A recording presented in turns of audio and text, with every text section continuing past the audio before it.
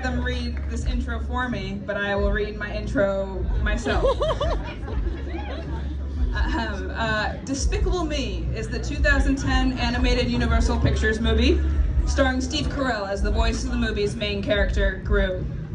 Gru is portrayed as the evil supervillain whose ego was bruised when his villain competitor stole the Pyramid of Giza. In order to regain his villain supremacy, the movie suggests as his motive, he formulates a plan to steal the moon. But what if Gru's plan to steal the moon was never evil? What if he did it out of love? This is the prequel to Despicable Me that you never wanted to hear. Written by Jay Rowell and performed by me, Ellie DeCaprio. The inspiration for this story came from the fact that Ellie, myself, can only do one accent, and arguably only for one phrase.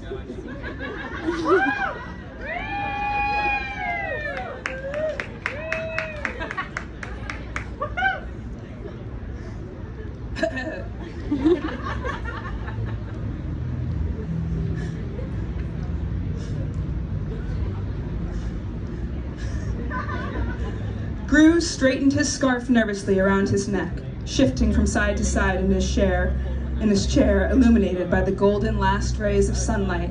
He looked towards the clock quickly, only 3 minutes from when he last eagerly checked. He couldn't wait to see him. He had been waiting impatiently all day for his date to arrive. He was never late, he reassured Gru constantly. But the time they spent together was never enough. He would never have enough time to gaze at his curves, admire his glow. His thoughts wandered similarly, vividly, until Gru felt his presence and looked up. He was here. My moon. The moon's face is partially covered tonight, framed in a jet black curtain bang of space. My lovely moon, how I have been waiting for you all day. May we never part ways again. I wish to sink into your craters and grip your rocks. Oh, to be as lucky as the stars who gaze upon your bare and naked back each night. Gru waxed on. I have planned a trip. I have built a rocket that will bring me to you. 1,000,000 light years couldn't keep me from you. You are my home. You are my rock.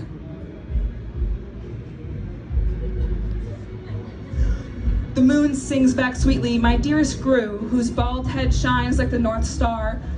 How I wish that could come true, but no man has ever walked my craters or run their hands through my dust. How I wish I could get away from the gravity and orbit that bind me and shrink myself to be only for you. This is going poorly.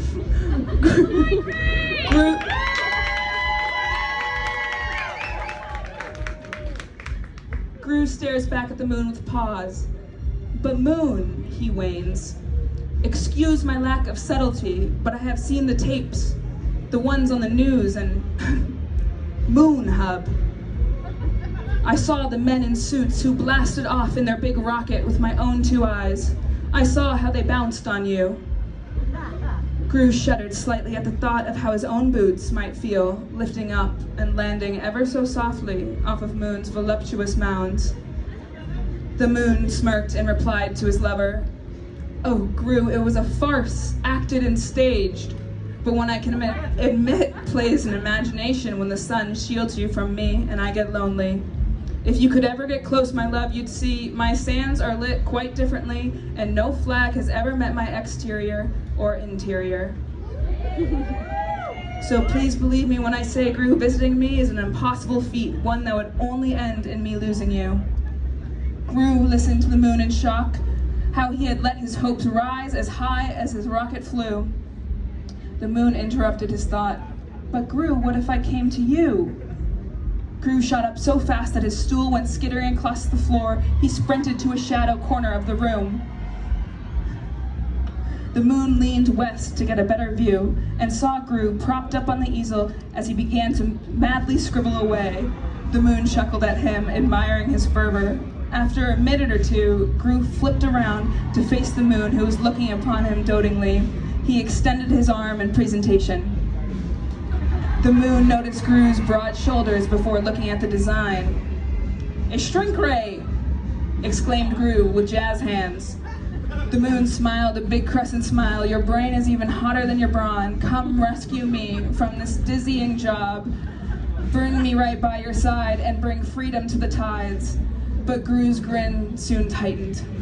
Knowing he would need money to build this, sure, he could scrounge some parts from his no longer viable rocket, but he would need a loan. But nothing would stand in the way of their love. Not $1 million. Nothing. I will bring you here, my dear Gru cooed. By the next time you are blue, it will just be me and you. Thank you.